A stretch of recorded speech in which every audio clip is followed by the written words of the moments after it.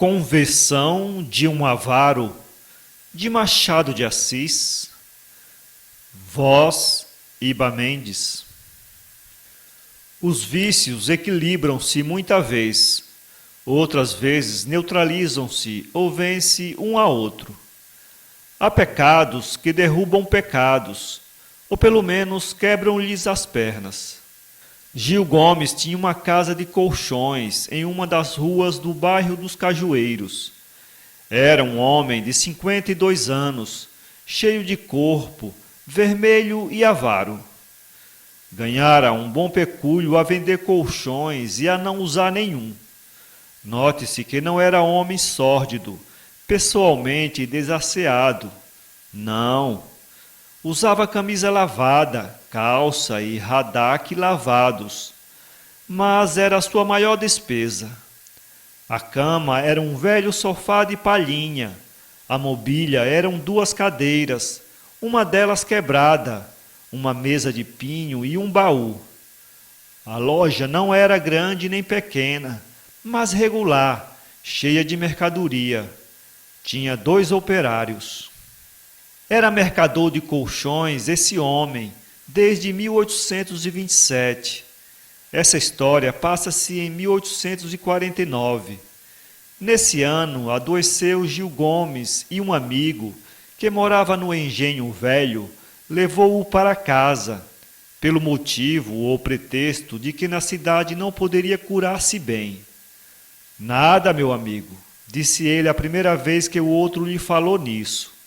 Nada, isso não é nada. É sim, pode ser ao menos. Qual? Uma febrícula. Vou tomar um chá.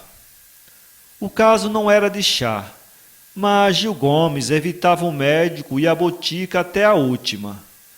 O amigo deu-lhe a entender que não pensasse nessas despesas, e Gil Gomes, sem compreender logo que o amigo, por força, pensaria em alguma compensação, admirou esse rasgo de fraternidade. Não disse sim nem não. Levantou os ombros, olhou para o ar, enquanto o outro repetia: Vamos, vamos. Vá lá, disse ele. Talvez o melhor remédio seja a companhia de um bom amigo. Dê certo. Porque a moléstia é nada, é uma febrícula. Das febrículas nascem os febrões, disse sentenciosamente o amigo de Gil Gomes. Esse amigo chamava-se Borges. Era um resto de sucessivos naufrágios. Tinha sido várias coisas e ultimamente preparava-se a ser milionário. Contudo, estava longe. Tinha apenas 2 escravos boçais comprados entre os últimos chegados por contrabando. Era, por ora, toda a riqueza, não podendo incluir-se nela a esposa, que era um tigre de ferocidade, nem a filha, que parecia ter o juízo a juros. Mas este Borges vivia das melhores esperanças. Ganhava alguma coisa e não sei que agências particulares. E nos intervalos cuidava de um invento que ele dizia destinado a revolucionar o mundo industrial. Ninguém sabia o que fosse, nem que destino tivera, mas ele afirmava que era grande coisa, utilíssima, nova e surpreendente. Gil Gomes e José Borges chegaram à casa deste, onde ao primeiro foi dado um quarto de antemão arranjado. Gomes achou-se bem no aposento, posto lhe inspirasse ele o maior desprezo ao amigo. Que desperdício, quanta coisa inútil! Nunca há de ser nada o pateta, dizia ele entre dentes. A doença de Gomes, atalhada a tempo, curou-se em poucos dias. A mulher e a filha de Borges tratavam dele com um carinho que permitia o gênio feroz de uma e a leviandade da outra. A senhora, Dona Ana, acordava às 5 horas de manhã e berrava até às 10 da noite. Poupou ao hóspede esse costume durante a doença, mas a palavra contida manifestava-se em repelões à filha, ao marido e às escravas. A filha chamava-se Mafalda. Era uma moça pequena, vulgar, supersticiosa, que só se penteava às 2 horas da tarde e andava sem meias toda a manhã. Gil Gomes deu-se bem com a família. O amigo não cogitava de outra coisa mais que de o fazer feliz, e lançou mão de bons cobres para tratá-lo como faria um irmão, a um pai, a um filho. Dás-te bem? Dizia-lhe no fim de 4 dias. Não me dou mal. Pior, e isso é fugir à pergunta. Dou-me perfeitamente e naturalmente incomodo-te. Oh, não! De certo, um doente é sempre um peso demais. José Borges protestou com toda a energia contra essa suposição gratuita do amigo e acabou proferindo o discurso acerca dos deveres da amizade, que Gil Gomes ouviu enfastiado e penalizado. Na véspera de voltar para sua loja de colchões, Gil Gomes travou conhecimento com uma nova pessoa da família, a viúva Soares. A viúva Soares era prima de José Borges, tinha 27 anos e era, na frase do primo, um pedaço de mulher. Efetivamente, era vistosa, forte, de ombros largos, braços grossos e redondos. Viúva desde os 22, conservava um rosto de luto, antes como um realce que outra coisa. Gostava de véu porque um poetastro lhe dissera em versos de todos os tamanhos que seus olhos, velados, eram como estrelas através de nuvens finas, ideia que a senhora Dona Rufina Soares achou engenhosa e novíssima. O poeta recebeu em paga um olhar. Na verdade, os olhos eram bonitos, grandes, pretos, misteriosos. Gil Gomes, quando os viu, ficou embasbacado. Foi talvez o remédio que melhor o curou. Essa tua prima, na verdade, um pedaço de mulher. Pedaço. É uma inteira. São 2 mulheres. São 35 mulheres. Que entusiasmo, observou José Borges. Eu gosto do que é belo, respondeu Gil Gomes sentenciosamente. A viúva ia jantar. Era uma boa perspectiva de tarde e noite de palestra e conversação. Gil Gomes já agradecia ao céu a doença, que lhe dera ocasião de encontrar tamanhas perfeições. Rufina era muito agradável na conversa e pareceu simpatizar desde logo com o convalescente, fato em que as outras pessoas não pareceram reparar. Mas já está bom de todo? Dizia ela ao colchoeiro. Estava quase bom, agora estou perfeito, respondeu ele com certo trajeito de olhos, que a viúva fingiu não ver. Meu primo é um bom amigo, disse ela. Oh, é uma pérola. Minha moléstia era pouca coisa, mas ele lá foi à casa, pediu, instou, fez tudo para que eu viesse tratar-me em casa dele, dizendo que eram precisos cuidados de família. Vim, em boa hora vim, estou são e reção. Desta vez foi Rufina quem fez um trajeito com os olhos. Gil Gomes, que não esperava por ele, sentiu cair-lhe a baba. O jantar foi uma delícia, a noite outra delícia. Gil Gomes sentia-se transportado a todos os céus possíveis e impossíveis. Ele prolongou quanto pôde a noite, propôs uma bisca de 4 e teve meio de fazer com que Rufina fosse sua parceira, só pelo gosto de lhe piscar o olho, quando tinha na mão o 7 ou o as. Foi adiante. Num lance difícil em que a parceira hesitava se pegaria na vasa com a bisca de trunfo, Gil Gomes, vendo que ela não levantava os olhos e, conseguintemente, não podendo fazer-lhe o sinal de costume, tocou-lhe no pé com o pé. Rufina não recuou o pé, compreendeu, atirou a bisca na mesa, e os 2 pés ficaram juntos alguns segundos. Repentinamente, a viúva, parecendo que só então dera pelo atrevimento ou liberdade do parceiro, Recuou o pé e ficou muito séria. Gil Gomes olhou vexado para ela, mas a viúva não lhe recebeu o olhar. No fim, sim, ao despedir-se daí a 1 hora, é que Rufina fez as pazes com o cochoeiro, apertando-lhe muito a mão, o que o fez estremecer todo. A noite foi cruel para o cochoeiro, ou antes deliciosa e cruel, ao mesmo tempo, porque sonhou com a viúva de princípio até o fim. O primeiro sonho foi bom. Imaginava-se que passeava com ela e mais a família toda em um jardim e que a viúva lhe dera flores, sorrisos e beliscões. Mas o segundo sonho foi mau. Sonhou que ela lhe enterrava um punhal. Desse pesadelo passou a melhores fantasias, e a noite correu toda entre imaginações diversas. A última, porém, sendo a melhor, foi a pior de todos. Sonhou que estava casado com Rufina, e de tão belo sonho caiu na realidade do celibato. O celibato. Gil Gomes começou a pensar seriamente nesse estado que se lhe durava há muitos anos, e perguntou aos céus e à terra se tinha direito de não casar. Esta pergunta foi respondida antes do almoço. Não, disse ele consigo, não devo casar nunca. Aquilo foi uma fantasia de 1 hora. Leve o diabo, a viúva e o resto. Ajuntar uns cobres menos maus para os dar a uma senhora que os desfará em pouco tempo. Nada, nada.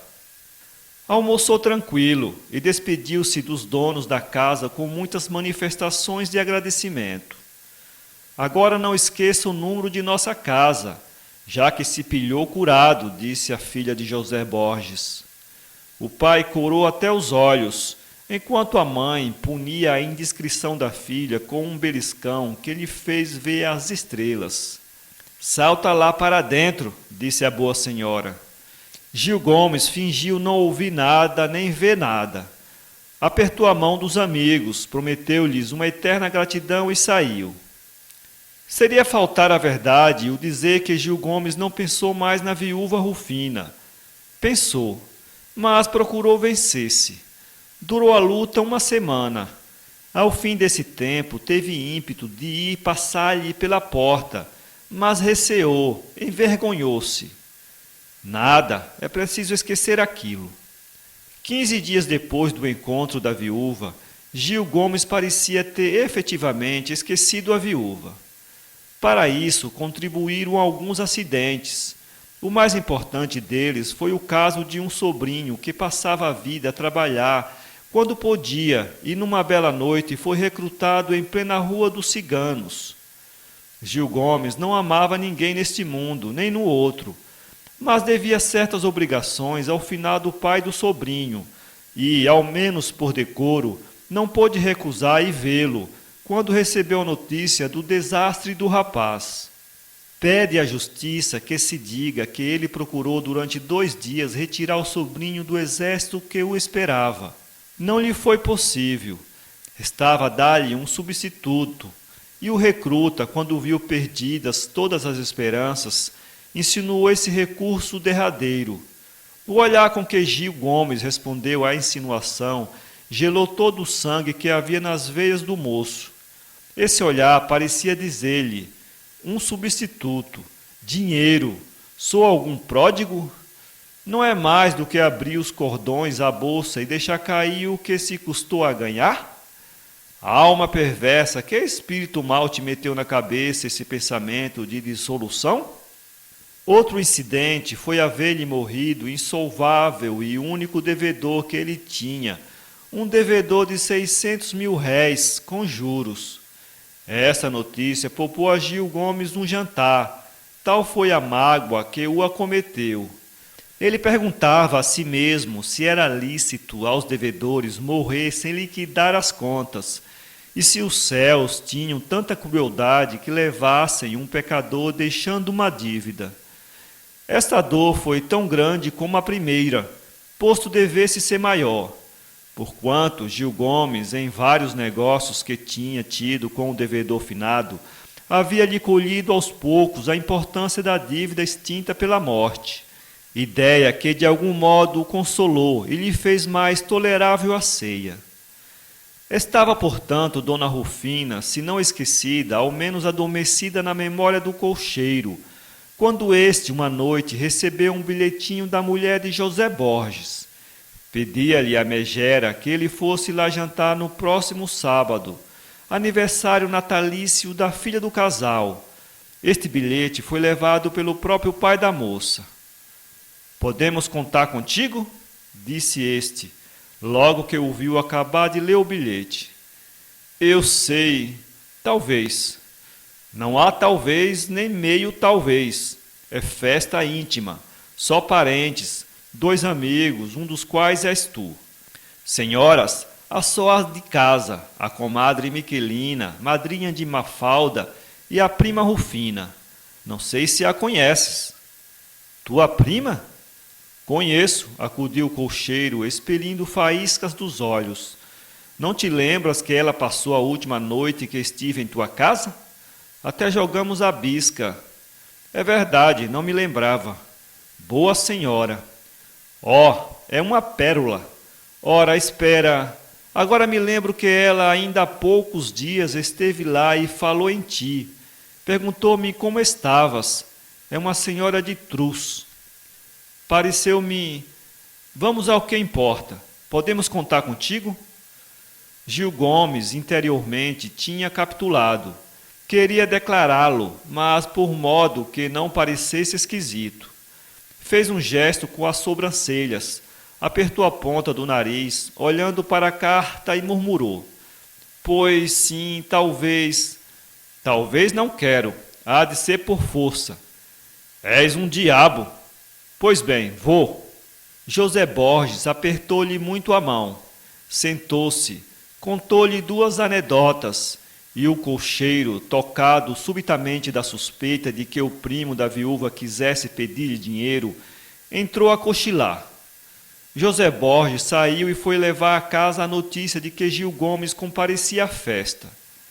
Chegou com uma providência, fazendo suspender de cima da cabeça da filha uma chuva de ralhos com que a mãe castigava uma das infinitas indiscrições da pequena.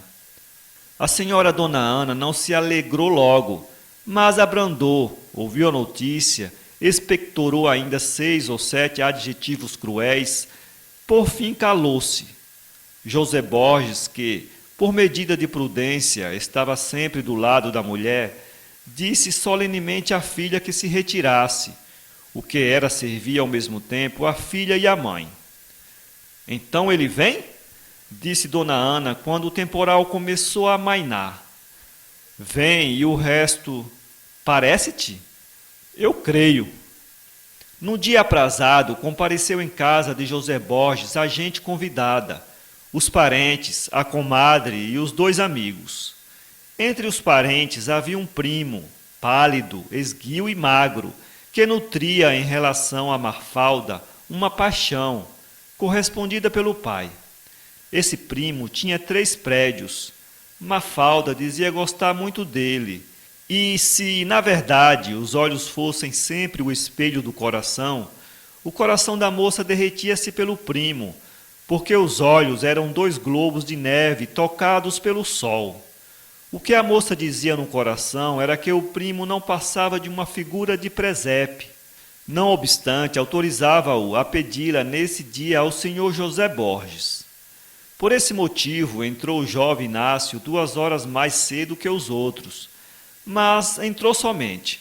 Falou, é verdade, mas falou só de coisas gerais. 3 vezes investiu com o pai da namorada para pedi-la. 3 vezes investiu com o pai da namorada para pedi-la. 3 vezes a palavra morreu-lhe nos lábios. Inácio era tímido. A figura circunspecta de José Borges, os olhos terríveis da senhora Dona Ana e até os modos ríspidos da namorada, tudo lhe metia medo e fazia perder a última gota de sangue. Os convidados entraram sem que ele houvesse exposto ao tio suas pretensões. Custou-lhe o silêncio um repelão da namorada. Repelão curto, a que sucedeu um sorriso animador, porque a moça compreendia facilmente que um noivo, ainda que seja inácio, não se pesca sem alguma paciência. Vingar-se-ia depois do casamento. Pelas 4h30 entrou o senhor Gil Gomes. Quando ele apareceu à porta, José Borges esfregou os olhos como para certificar-se de que não era sonho e que efetivamente o cocheiro ali entrava pela sala. Pois que, onde, quando, de que modo, em que circunstâncias Gil Gomes calçara nunca luvas? Trazia um par de luvas, é verdade que de lã grossa, mas enfim, luvas, que na opinião dele eram inutilidades. Foi a única despesa séria que fez, mas fê-la. José Borges, durante um quarto de hora, ainda nutria a esperança de que o cocheiro lhe trouxesse um presente para a filha. Um dia de anos, mas a esperança morreu depressa. O cocheiro era oposto à tradição dos presentes de anos. Era um revolucionário. A viúva Soares fez a sua entrada na sala. Já estava na casa desde as 2h, poucos minutos depois de ali chegar Gil Gomes. Este sentiu no corredor um farfalhar de vestido e um piscar grosso, que lhe contundiu o coração. Era ela, não podia ser outra. Rufina entrou majestosa. Fosse acaso ou propósito, os primeiros olhos que fitou foram os dele. Nunca mais o vi desde aquela noite, disse ela baixinho ao cocheiro, daí a 5 minutos.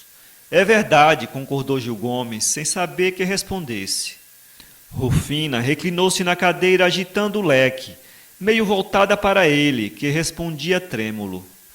Não tardou que a dona da casa convidasse a toda a gente a passar à sala de jantar.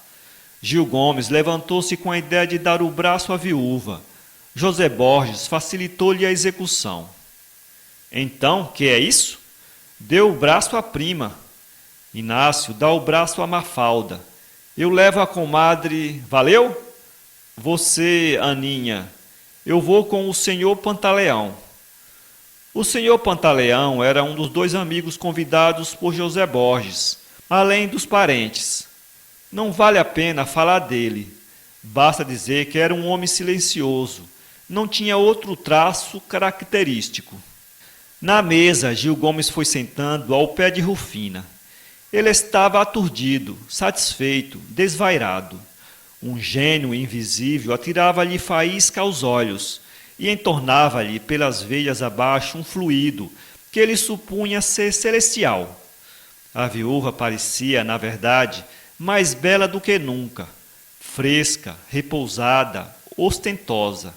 Ele sentia-lhe o vestido a roçar-lhe as calças, via-lhe os olhos embeberem-se nos seus. Era um jantar aquilo ou um sonho? Gil Gomes não podia decidir. José Borges alegrou a mesa como podia e sabia, sendo acompanhado pelos parentes e pela comadre. Dos 2 estranhos, o cocheiro pertencia à viúva e o silencioso era todo do seu estômago. José Borges tinha um leitão e um peru. Eram as 2 peças melhores do jantar, dizia ele, que já as anunciava desde o princípio. Começaram as saúdes. Fez-se a de Mafalda, a de Dona Ana e de José Borges, e da comadre e da viúva. Esta saúde foi proposta com muito entusiasmo por José Borges, e não menos entusiasticamente correspondida. Entre Rufina e Gil Gomes foi trocado um brinde particular, de copo batido. Gil Gomes, apesar da resolução amorosa que se operava nele, comeu à farta. Um bom jantar era coisa para ele fortuita ou problemática, só assim de ano em ano. Por isso não deixou passar a ocasião. O jantar, o vinho, a palestra, a alegria geral, os olhos da viúva, talvez a pontinha de seu pé, tudo contribuiu para desatar os últimos nós à língua do cocheiro. Ele ria, falava, dizia graças, fazia cumprimentos à dona, arriava todas as bandeiras. À sobremesa quis por força que ela comesse uma pera, descascada por ele, E a viúva, para lhe pagar a fineza, exigiu que ele comesse metade. Aceito, exclamou o cocheiro, fora de si. A pera foi descascada. Partiu-a a viúva, e os dois comeram a fruta, de parceria, com os olhos modestamente no prato. José Borges, que não perdeu a cena de vista, parecia satisfeito com a harmonia dos dois. Ergueu-se para fazer uma saúde ao estado conjugal. Gil Gomes correspondeu ruidosamente. Rufina nem tocou no copo. Não correspondeu ao brinde do seu primo? Perguntou Gil Gomes. Não. Por quê? Porque não posso, suspirou a viúva. Ah, um silêncio. Mas porque isto é, que calor! Estas palavras incoerentes, proferidas pelo colcheiro, não pareceu que as ouvisse a viúva. Ela olhava para a borda da mesa, séria e fixamente, como quem encara o passado ou o futuro. Gil Gomes achou-se um pouco acanhado.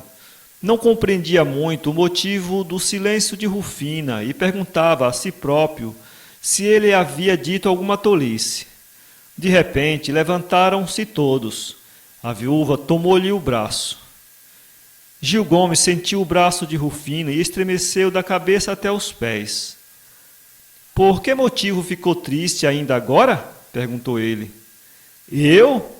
Sim, fiquei triste, e muito. Não me lembro. Talvez fosse zangada. Por quê? Não sei. Pode ser que eu a ofendesse. O senhor? Eu sim. Rufina negou com os olhos, mas com os olhos que o cocheiro antes quisera fossem duas espadas, porque atravessariam tão cruelmente o coração, por mais morto que o deixassem. Por quê? Rufina apertou muito os olhos. Não me pergunte, disse ela, afastando-se dele rapidamente. O cocheiro viu-a afastar-se e levar-lhe o coração na barra do vestido. Seu espírito sentiu pela primeira vez a vertigem conjugal. Ele, que deixara de fumar por economia, aceitou um charuto de José Borges para distrair-se, e fumou-o todo sem poder arrancar de si a imagem da viúva. Rufina, entretanto, parecia evitá-lo. 3 vezes quis ele entabular conversação, sem conseguir detê-la. Que é isso? Perguntou o cocheiro consigo. Aquele procedimento deixou-o ainda mais perplexo. Ficou triste, amuado, não sentiu correr as horas. Eram 11 quando deu acordo de si. 11 horas. E ele que quisera assistir ao fechar a porta. A casa entregue ao caixeiro tão longo tempo era um perigo. Pelo menos uma novidade que podia ter graves consequências. Circunstância que ainda mais lhe ensombrou o espírito. Irritado consigo mesmo, fugiu à companhia dos outros e foi sentar-se em uma saleta. Deu corda a uma caixa de música que ali achou e sentou-se a ouvi-la. De repente foi interrompido pelo passo forte da viúva, que fora buscar o chale para sair. Vai embora? Perguntou ele. Vou. Tão cedo? Rufina não respondeu. Parece que a senhora ficou mal comigo. Pode ser. Por quê? Rufina suspirou e depois de um silêncio, não me fale mais, não procure ver-me, adeus. Saiu. Gil Gomes, atordoado com a primeira impressão, não pôde dar um passo, mas enfim dominou-se e saiu em procura da viúva. Achou-a na sala a abraçar a prima. Quis falar-lhe, chegou a dizer-lhe algumas palavras, mas Rufina não pareceu ouvir. Apertou a mão a todos. Quando chegou a vez do cocheiro, foi um aperto, um só, mas um aperto que valia por todos os apertos do mundo. Não que fizesse forte, mas porque era significativo. Gil Gomes saiu dali meia hora depois, num estado de agitação como nunca estivera em todos os longos dias de sua existência. Não foi logo para casa, era-lhe impossível dormir, e andar na rua sempre era economizar a vela. Andou cerca de 2 horas a ruminar umas ideias, a correr atrás de umas visões, a evaporar-se em fantasias de toda a espécie. No dia seguinte, à hora do costume, estava na loja sem saber o que fazia. Custava-lhe a reconhecer os seus colchões. O dia, a agitação dos negócios, o almoço, puseram alguma surdina às vozes do coração. O importuno calou-se modestamente, ou antes, velhacamente, para criar mais forças. Era tarde. Rufina tinha cravado no peito do cocheiro a seta da dominação. Era preciso vê-la. Mas como? Gil Gomes pensou nos meios de satisfazer essa necessidade imperiosa. A figura esbelta, forte, rechuchuda da prima de José Borges parecia estar diante dele a dizer-lhe com os olhos: vai ver-me, vai ter comigo, vai dizer-me o que sentes. Por fortuna de Gil Gomes, a viúva fazia anos dali a 3 semanas. Ele foi um dos convidados. Correu ao convite da dama de seus pensamentos.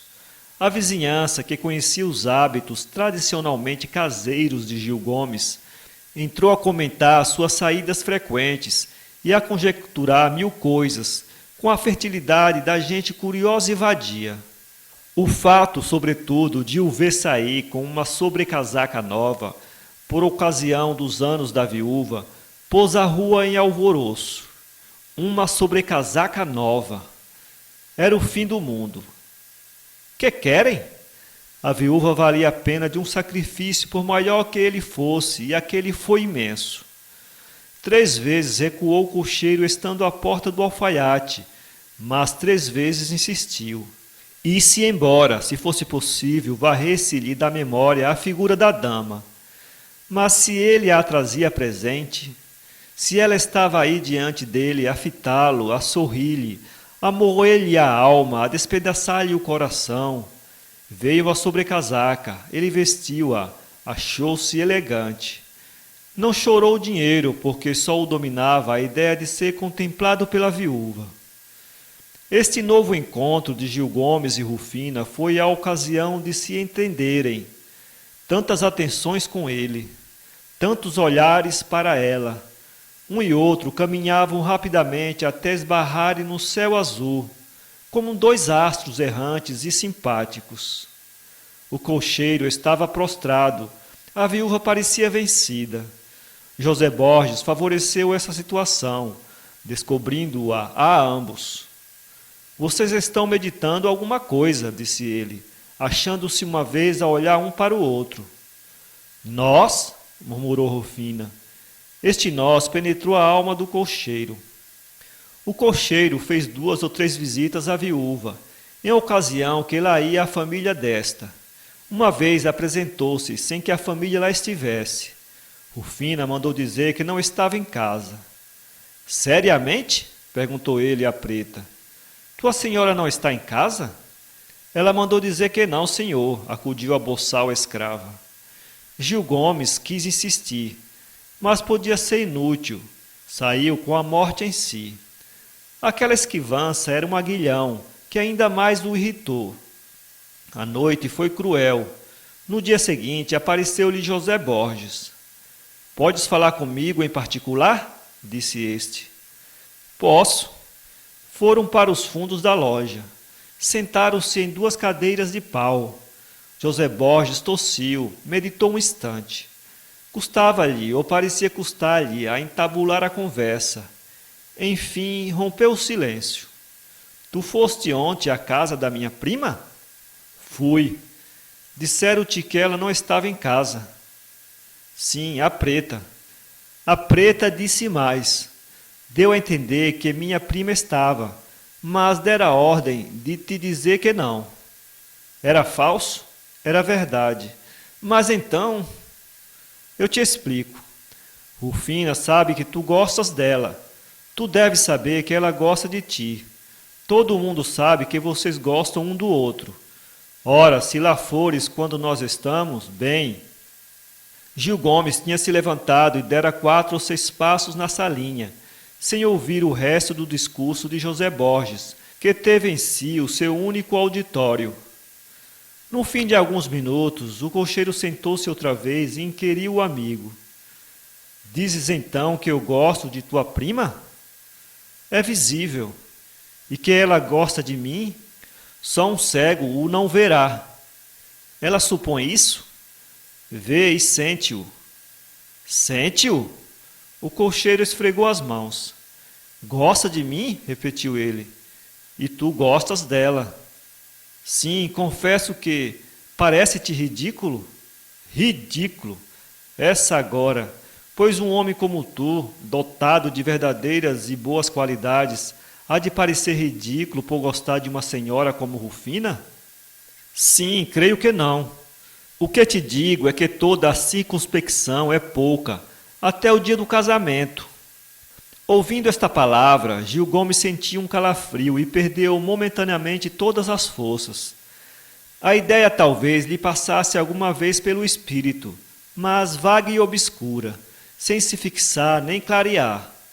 José Borges proferia a palavra em toda a sua realidade. O cocheiro não pôde resistir ao abalo. Ele vivia em uma agitação que o punha fora da realidade e sem efeitos.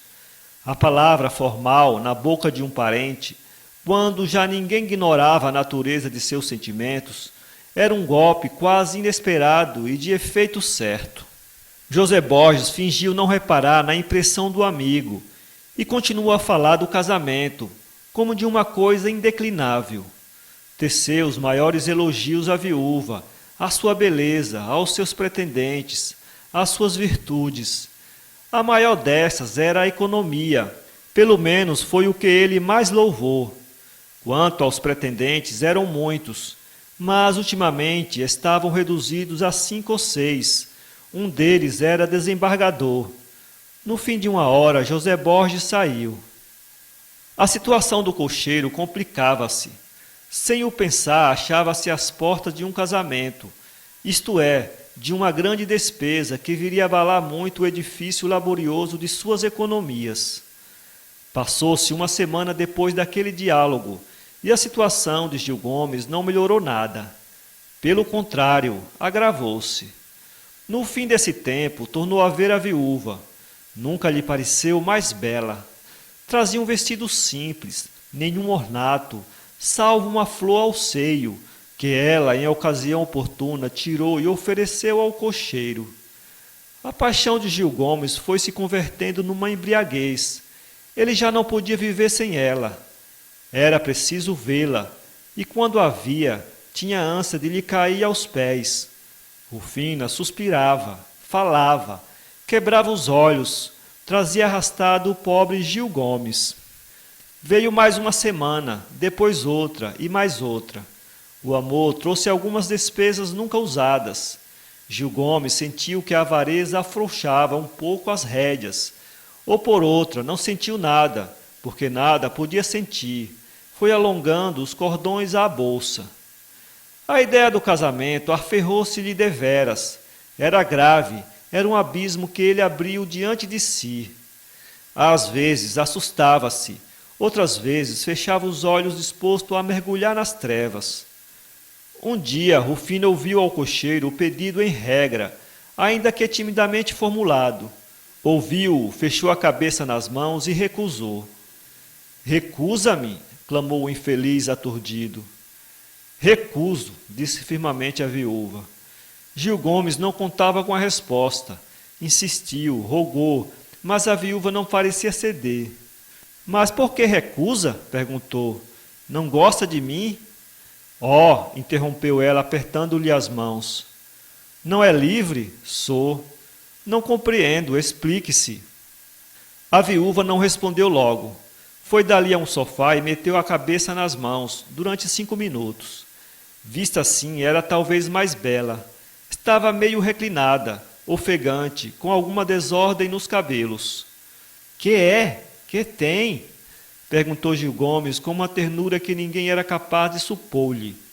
Vamos lá, confie-me em tudo, se alguma coisa há, porque eu não compreendo. Amo-o muito, disse Rufina, erguendo para ele um par de olhos belos como 2 estrelas. Amo-o muito e muito, mas vacilo em casar. Disseram-lhe de mim alguma coisa? Não, mas tremo do casamento. Por quê? Foi infeliz com o primeiro? Fui muito feliz, e por isso mesmo receio que seja infeliz agora. Parece-me que o céu me castigará se eu casar segunda vez, porque nenhuma mulher foi ainda tão amada como eu fui. Oh, se soubesse que amor me teve meu marido, que paixão, que delírio, vivia para fazer-me feliz. Perdi-o, casar com outro é esquecê-lo. Tornou a cobrir o rosto com as mãos, enquanto o cocheiro, ferido por aquele novo dardo, jurava a seus deuses que havia de casar com ela ou o mundo viria abaixo. A luta durou 3 dias, 3 longos e estirados dias. Gil Gomes não cuidou de outra coisa durante o combate. Não abriu os livros da casa. Talvez chegou a não afagar um freguês. Pior que tudo, chegou a oferecer um camarote de teatro à viúva. Um camarote! Que decadência! Não podia ir longe à luta e não foi. No 4º dia recebeu ele uma resposta decisiva. Um sim, escrito em papel bordado. Respirou. Beijou o papel, correu à casa de Rufina. Ela esperava-o ansiosa. Suas mãos tocaram-se. Um ósculo confirmou o escrito. Desde aquele dia até o do casamento foi um turbilhão em que o pobre cocheiro viveu. Não via nada, quase não sabia contar. Estava cego e tonto. De quando em quando um movimento instintivo parecia fazê-lo mudar de caminho, mas era rápido. Assim, a ideia dele era que o casamento não tivesse aparato. Mas José Borges combateu essa ideia como indigna dos noivos. Demais é bom que todos o invejem. Que tem isso? Quando virem passar o préstito, todos dirão: que maganão, que casamento, rico e feliz. Rico, isto é, interrompeu Gil Gomes, cedendo ao costume antigo. José Borges bateu-lhe no ombro, sorriu e não admitiu réplica. Ainda assim, ele não teria vencido se não fosse o voto da prima. A viúva declarou preferível um casamento aparatoso. O cocheiro não tinha outra vontade. Vá lá, disse ele, coupés, não é? Justamente, cavalos brancos, arreios finos, cocheiros de libré, coisa bonita. Mais bonita do que você é impossível, acudiu o cocheiro com um ar terno e galante. Outro ósculo que o fez ver estrelas ao meio-dia. Estava decidido que o casamento teria o maior aparato. Gil Gomes reconhecia que a despesa era enorme, intimamente pensava que era inútil. Mas desde que ela queria, toda a discussão estava acabada. Mandou preparar a roupa dele. Teve até de sortir-se, porque nada possuía em casa. Aposentou os 2 velhos rodaques, as 3 calças de 4 anos. Pôs casa. A viúva guiou-o nessa tarefa difícil. Indicou o que ele devia comprar. Escolheu ela mesma a mobília, os tapetes, os vasos, as cortinas, os cristais, as porcelanas. As contas chegavam às mãos do cocheiro rotundas e pavorosas, mas ele pagava quase sem sentir. Na véspera do casamento, tinha ele deixado de pertencer a este mundo, tão aliado andava dos homens. José Borges aproveitou esse estado de sonambulismo amoroso para lhe pedir 200.000 réis emprestados. Coisa miraculosa. Gil Gomes emprestou-os. Era verdadeiramente o fim do mundo. Emprestou 200.000 réis, sem fiança, nem obrigação escrita. Isto e a derrota do primeiro Napoleão são os 2 fatos mais estrondosos do século. Casou no dia seguinte. A vizinhança toda sabia já do casamento, mas não podia crer, supunha que era boato, apesar das 1000 provas que os noveleiros espalhavam de loja em loja. Casou. Quem o viu entrar no coupé ainda hoje duvida se estava sonhando naquele dia. Uma vez casado, estava passado a Rubicão. A ex-viúva encheu a vida do cocheiro, ocupou em seu coração o lugar que até então pertencera à libra esterlina. Gil Gomes estava mudado. Fora uma larva. Passava a borboleta.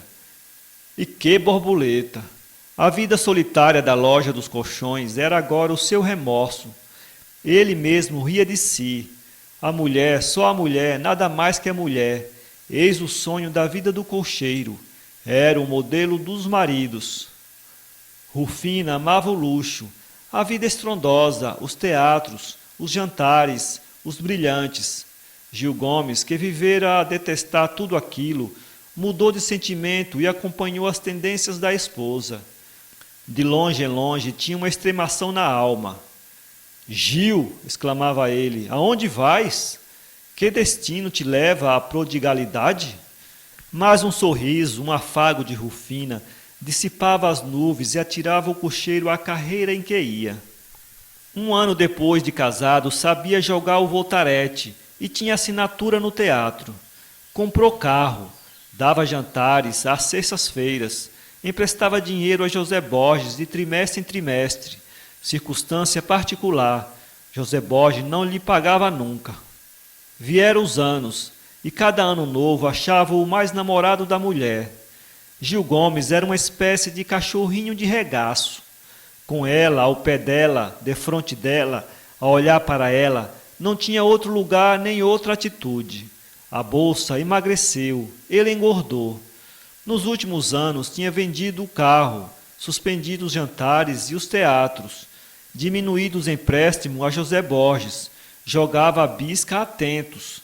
Quando a miséria chegou, Rufina retirou-se deste mundo. O colcheiro, que já não tinha colchões, acabou a vida servindo de agente em um cartório de escrivão. São Paulo, 2016.